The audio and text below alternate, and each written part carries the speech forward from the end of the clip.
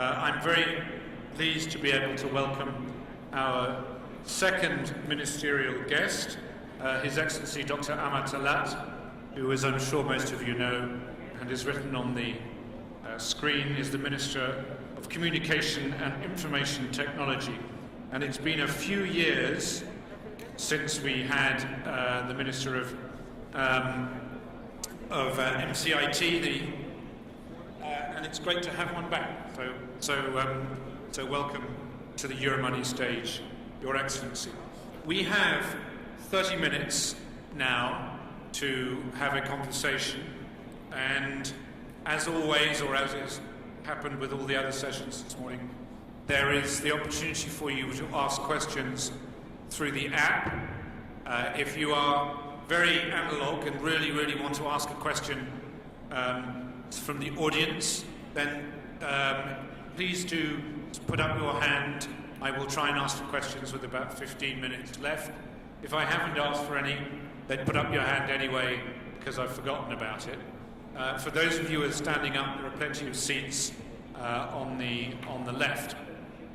So what I want to do what I want to ask His Excellency is really two things. Obviously, we need to get a view of the overall strategy of the MCIT and how it fits into the development strategy of Egypt as a whole. But I think specifically during the course of the interview, we want to touch upon subjects that look at some of the issues that we began to talk about earlier this morning, specifically the creation of jobs, the role of technology in FDI, and as the Minister very kindly said, his background is, I think you'll see from from his bio in the app, is from IBM and the private sector, and we'll talk about this concept that was raised, Fourth Industrial Revolution, what jobs are there going to be, that type of thing. So we're going to cover those topics. If you have questions in those areas, do please ask them. If you have questions in other areas, do please ask them. So, Minister, I've spoken more than enough. Let's talk to start with about the sort of biggest of big pictures. What is the strategy of MCIT, and how does it fit into the overall wider development strategy of Egypt? Have we got the microphone on for the Minister? Yes. Ah, good. Thank you very much, Richard, for inviting me to this very prominent and important conference, the Euromoney of Egypt. I'm glad to know it's been some time that the ICT Minister has been invited, so thank you for lending me this privilege. It's a great pleasure. You were actually right with starting with the strategy and what we're trying to do at the Ministry of Communication and IT, MCIT. Actually, I always believe that the ICT industry is a bit different and unique from other sectors in the country or in the economy, in terms that it has its own vital and important role in growing the economy, in creating jobs, in spurring investments and growing exports, and I'll talk a bit about that. But it has also other two pillars that I believe we're responsible for. The second pillar is partnering with the other sectors in the economy and in the government and in the country in order to accomplish the digital transformation that all sectors of Egypt are undergoing now. And it's our responsibility and our commitment to partner with other sectors of the industry and in the economy to help them achieve the digital transformation that we're all aspiring for. The third pillar that the MCIT is also responsible for and working diligently at is supporting Egypt's comeback to the region. Egypt, as we witness, is implementing a policy of lending bridges of collateral and bilateral relations with all its neighbors and countries. And the ICT sector, in my view, has a very prominent and vital role to play in partnering with our neighbors in various economical sectors in these countries. So if I start for a minute with the first pillar, which is growing the ICT sector in Egypt. Currently, the ICT sector contributes around 3.1, 3.2% of the GDP of Egypt a year. Our target is to grow this contribution, and the way we see is doing this is by growing our sector faster than the overall GDP of Egypt. The GDP growth is targeted to be above 7% in the next fiscal year. And what we're aspiring for is to grow north of 10% in the same fiscal year. Hence, in enlarging our portion and contribution to the GDP. How we're going to do this? There are several axes that we're working on. We're working on the domestic need of ICT in Egypt. I'm very optimistic that across all sectors, across all segments, whether governmental or private sector, across all industries, everybody now understands the vitality of ICT in embracing the challenges and in helping them grow in their own industries. And this is very, very important, because once the people who are managing or responsible for a certain industry or a certain sector understands and realizes how ICT can help, then it's easy for us to partner with the sector and support the sector in exploiting ICT in their industries. So growing the local need and local demand for ICT is one axis. Second, of course, and equally important, is exporting digital services out of Egypt. Egypt, in my view, has a huge opportunity to increase its digital exports to the region, to certain targeted countries. We have our neighbors and friends in Africa who are also undergoing huge and admirable digital transformation in many countries in Africa that I have visited or worked with. And we are looking forward to partner with our friends and neighbors in the African countries in exchanging experiences, in erecting joint projects, in exposing our success stories in many ICT transformational projects to our African friends, and thus simulating these projects in their countries. We're also looking, of course, to our Arab friends and neighboring countries who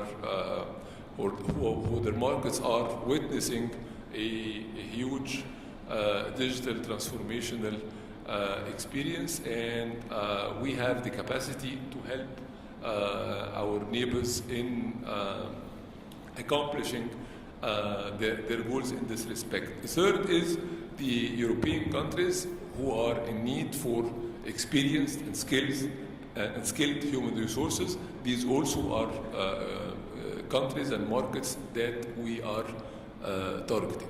So the first pillar, net, is about growing our domestic demand in ICT and in growing our digital exports to the targeted markets that I have just described. The targeting these markets is not necessarily by sending our people to our human resources to work in these countries. This is only one way of doing it. We're encouraging this, but there are other ways of doing it. We're also attracting countries from the targeted markets to come and invest in Egypt, and I believe we do have a strong and a value proposition for them. And the third is also by exporting digital services out of Egypt through helping freelancers, through helping domestic countries to engage and liaise with clients in these markets. So there are multiple ways of targeting the countries that we're aspiring to work with. The second pillar in our strategy, which is extremely important, is the digital transformation. And maybe if you allow me later in our discussion, I'll elaborate more about what we're trying to do in the government with respect to digital transformation, where there are several key projects that are about to start. Some have already been accomplished, and I'll talk about it later, and then some are in the pipeline, just about to start or currently considered work in progress. So digital transformation, helping other ministers, partnering with other sectors in order to accomplish that is our second and most important mission. Okay, I mean, you said a lot there, and thank you very much for that overview. Extremely useful. Let's unpack some of those things. You want to grow the ICT sector faster than GDP. We don't need to worry about the numbers, 7, 5, 9, whatever.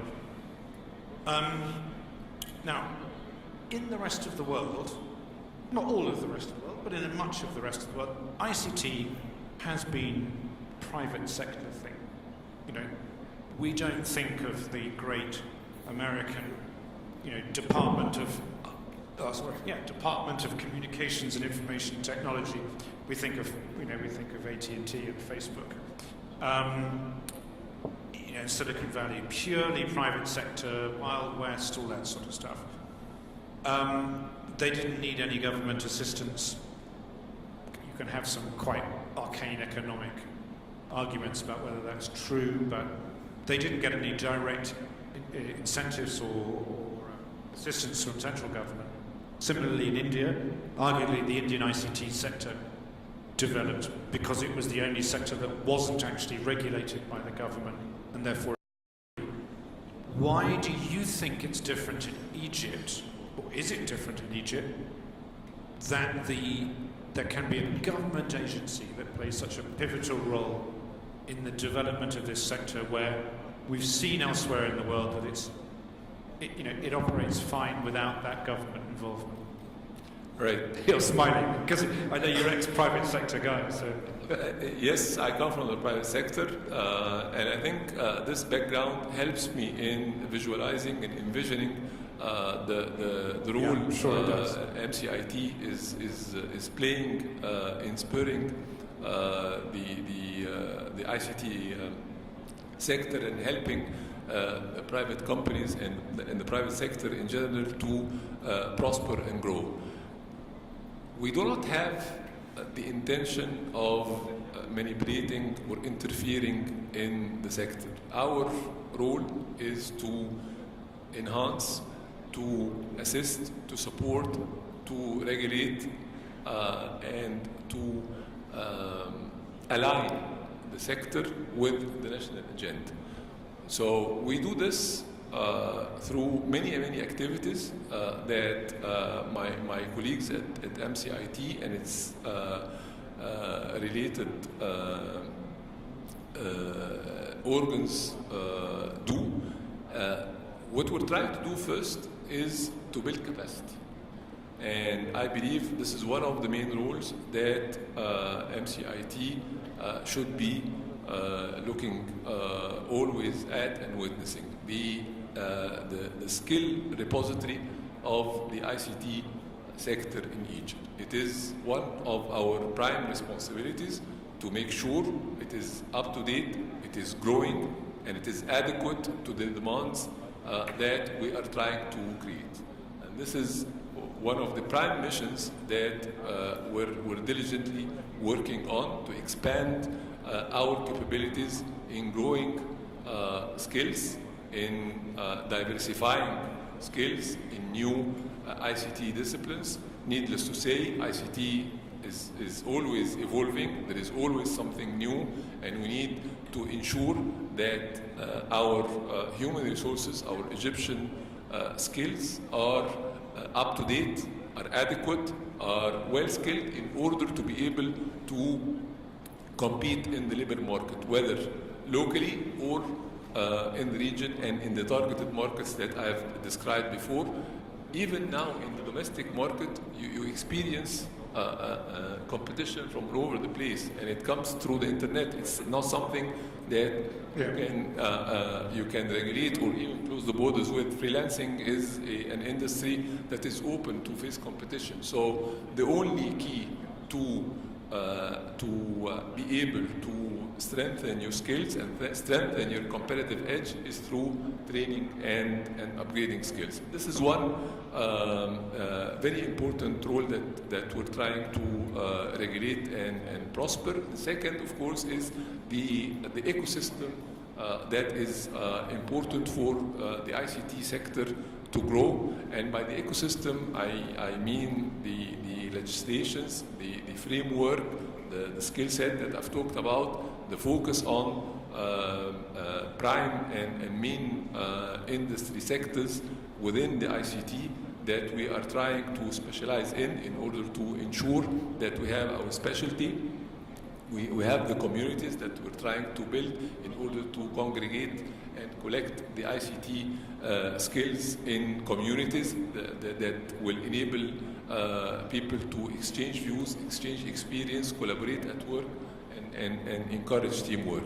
So these are the activities that we're trying to do.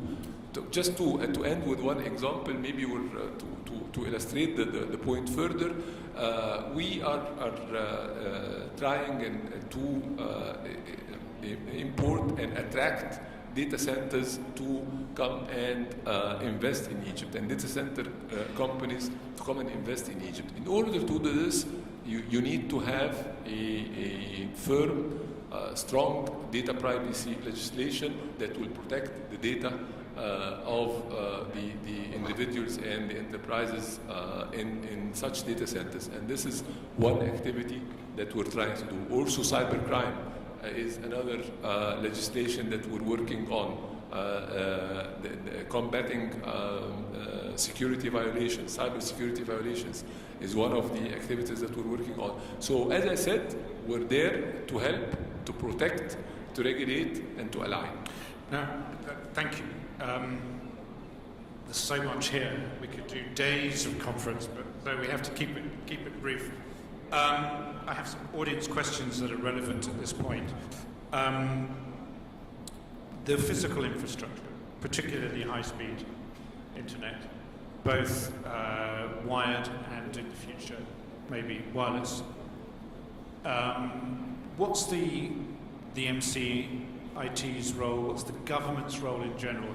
Do you have any obligation to provide the physical infrastructure, the physical backbone of this sector? Yes, definitely we do. Access to internet is one element that is I think mandatory for the prospering the ICT industry in Egypt. We're working diligently on upgrading the quality and speed and coverage of the internet in Egypt. Maybe you've just heard about the fiber optics cable project that we're doing with 2,500 schools. This is a very important project. It's not only meant for the schools, while this is extremely important, but it's also meant to drive the service to various points and parts of the country. Some of them are extremely remote, in order to ensure that the service gets there. The second important pillar that we need to focus on is the quality and speed of the service, and we're currently working on more than one project to attract investments and to upgrade the quality and speed of our infrastructure. Okay, so before we look at the sort of fourth industrial revolution jobs and all of that sort of stuff, let's just quickly look at the second pillar you talked about, which is the digital transformation. It sounds fantastic. What does it mean? And how will I know the difference? Actually, it is quite fantastic. No, it is. I'm not being silly, but let me try to tell you what we've been doing in the government and what we're about to do in the coming 12 months at least. What we've already accomplished in collaboration with other agencies in the government is tying up around 60 databases that contain all government data for employees. So now we have a 360 view of each and every Egyptian citizen within the database of the government. This helps in many aspects and helps us embrace many challenges that has been there for so long. One of the top ones that comes to mind is subsidies and how to drive subsidies to those who are eligible for it and really deserve it. This is a dilemma that in Egypt we've been facing and trying to embrace for at least the past 2 decades. Now we are able to do that because now we know the eligibility of each and every Egyptian citizen for all types of social coverage projects, for social programs, for educational programs, for health programs, food subsidies, and the like. We're also able to initiate any subsidy or support, social support to any individual upon his or her eligibility. We're also able to rationalize these subsidies and make sure they only reach those who are eligible for it. Only to those who are eligible for it. And those who are not eligible should not be receiving any such subsidies. This, in the coming year, is targeted to save huge amount of funds to the government. What we're trying to do is to offer further government services digitally. And last month, in the youth conference that was inaugurated by His Excellency the President, we announced that in 12 months we're going to have Port Said as a pilot project for a digital city in Egypt. Around 25 government services are going to be rendered via the internet, via mobile, to all Egyptian citizens. These services are across the spectrum of sectors and industries in the Egyptian government. Thank you. It's a very laudable program. I'd love to talk about it more, but we have 7.5 minutes left, and I want to get on to the sort of the future thing. Well, now, we talked this morning about the need for jobs, and a number of quite large numbers of people, of jobs that needed to be provided. If I take the other side, the other view, the negative view of this,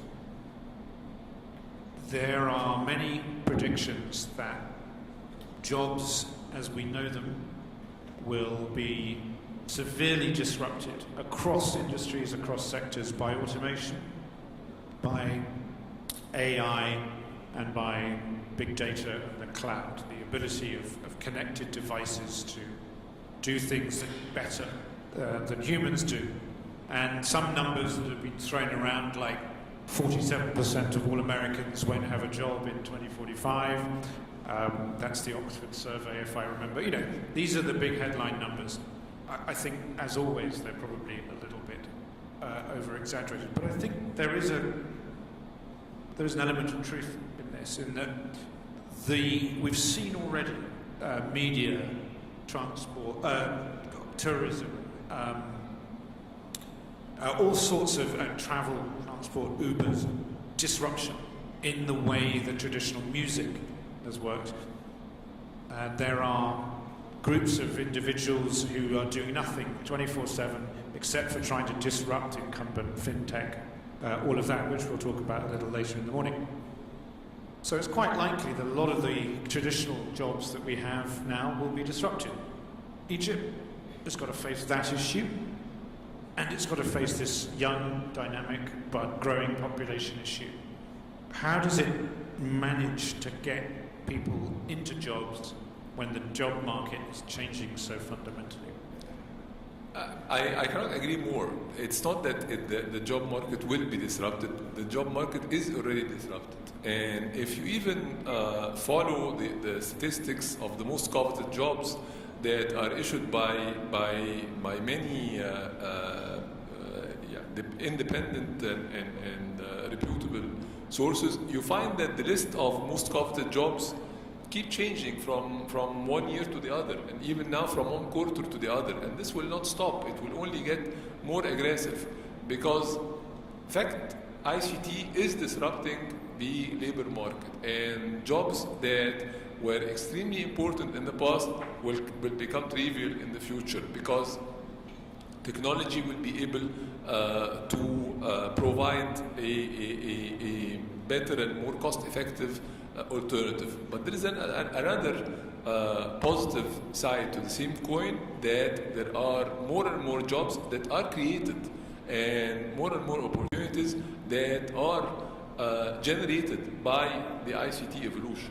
And it is our responsibility and our commitment to our youth to help them and assist them in finding the right profession and in directing them to jobs and professions and specialties that have a future and have a potential in the future, rather than those who will be soon replaced by technology.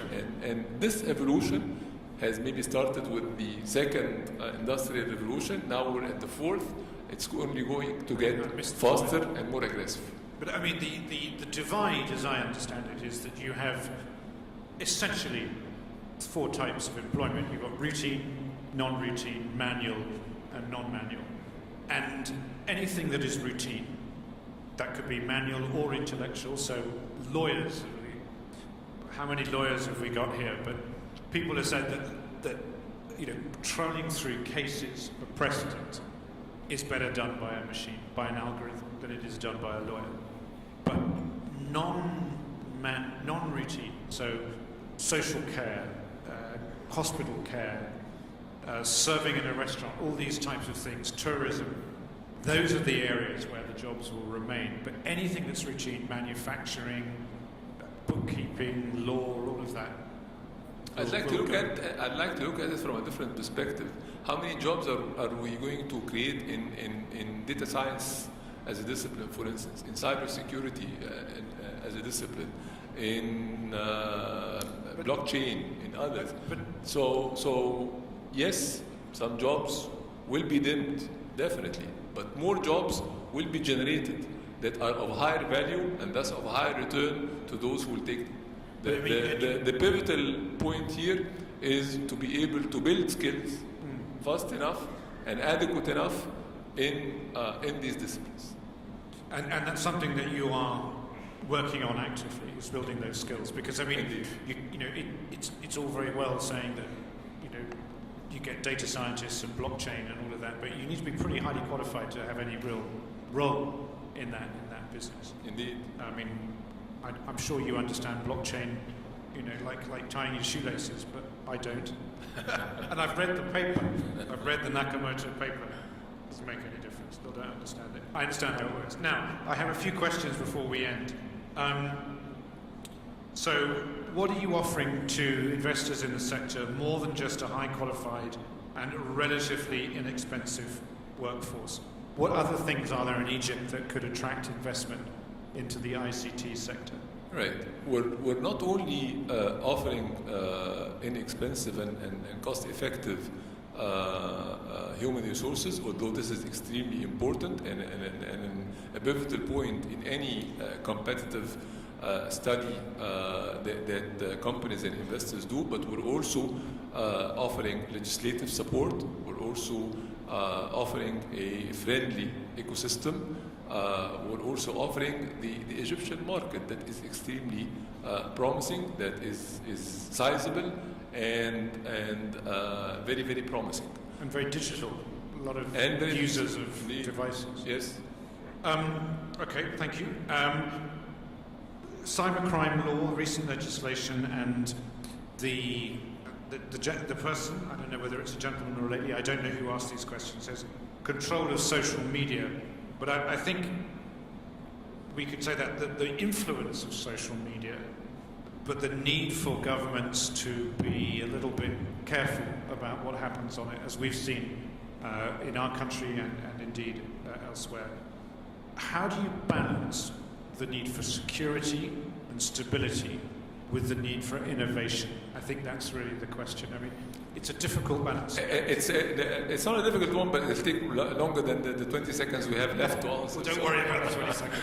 So it's technology, it's not telling you the right answer. So yes, I see it possible. I see it achievable to strike a balance and a line between security and cyber safety. We have a framework that we're working on. We talked about jobs. We need to talk about the usability of ICT and enabling our citizens to and enterprises, not only citizens, to exploit the advantages of ICT to their best interest.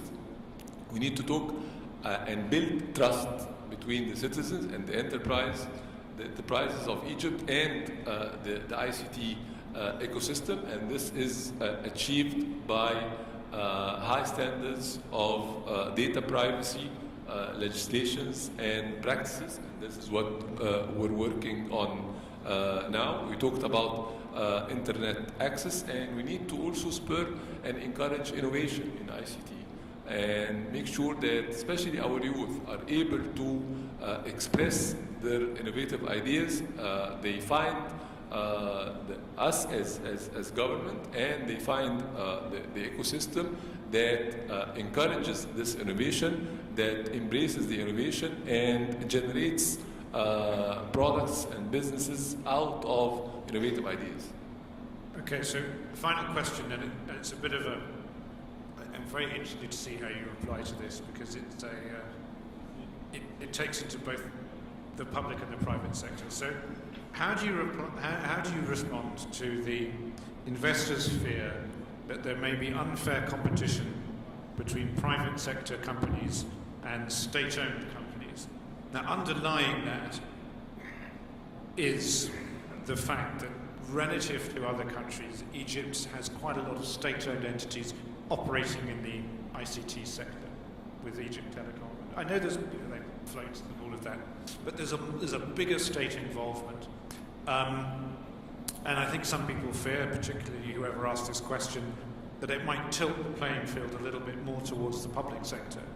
Now, you've sat on both sides. You're a minister, but you spent all of your professional career at IBM, which is a very private sector type of organisation.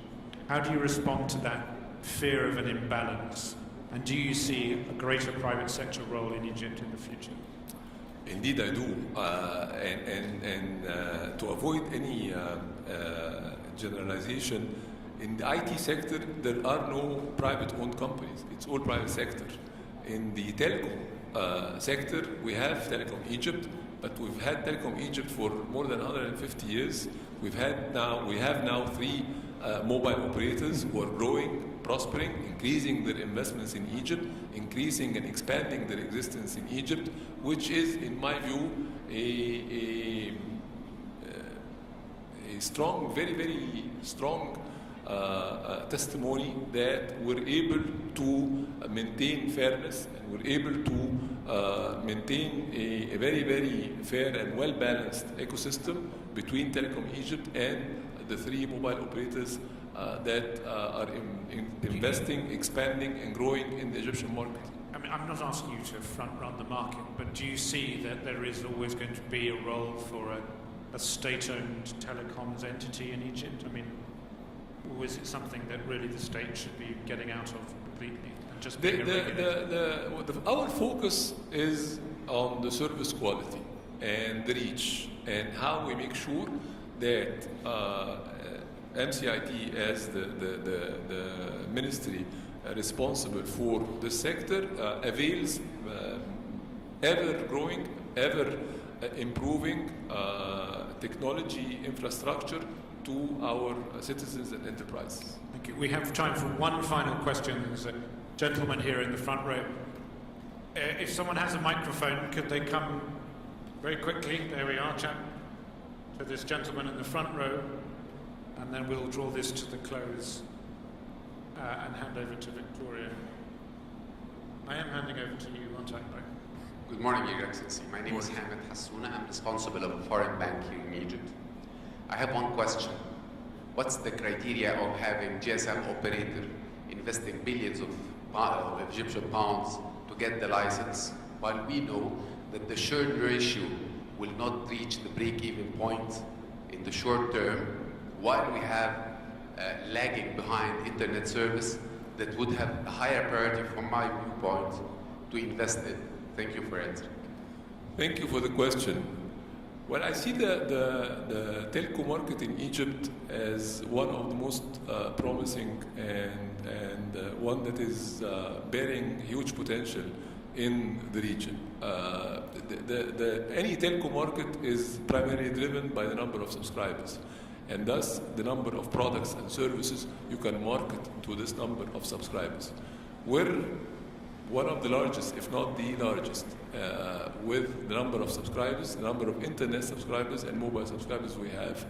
The indicators are positive in terms of the number of citizens who join the internet service every year, the number of citizens who transform to fourth generation mobiles and smartphones every year. These are very positive indicators and prove beyond doubt, in my view, that this is still a promising market. We're in active talks with many foreign companies on growing their investments further into the telco sector. So I want to ensure you that it's promising, it's attractive, and it's there to grow even further. The government's committed to provide, I think what you're saying, and I'm not an expert, so I'm not speaking for you, sir, but that there might be some feeling that the playing field isn't quite level with the allocation of spectrum.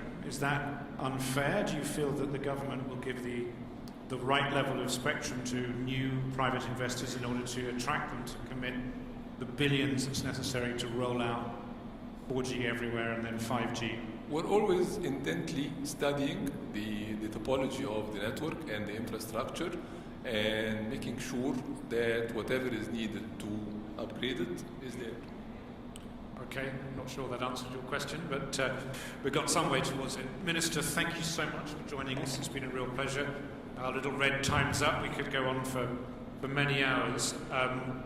So please join me in thanking the Minister and welcoming Victoria to the stage for the next session. Thank you very much. Thank you.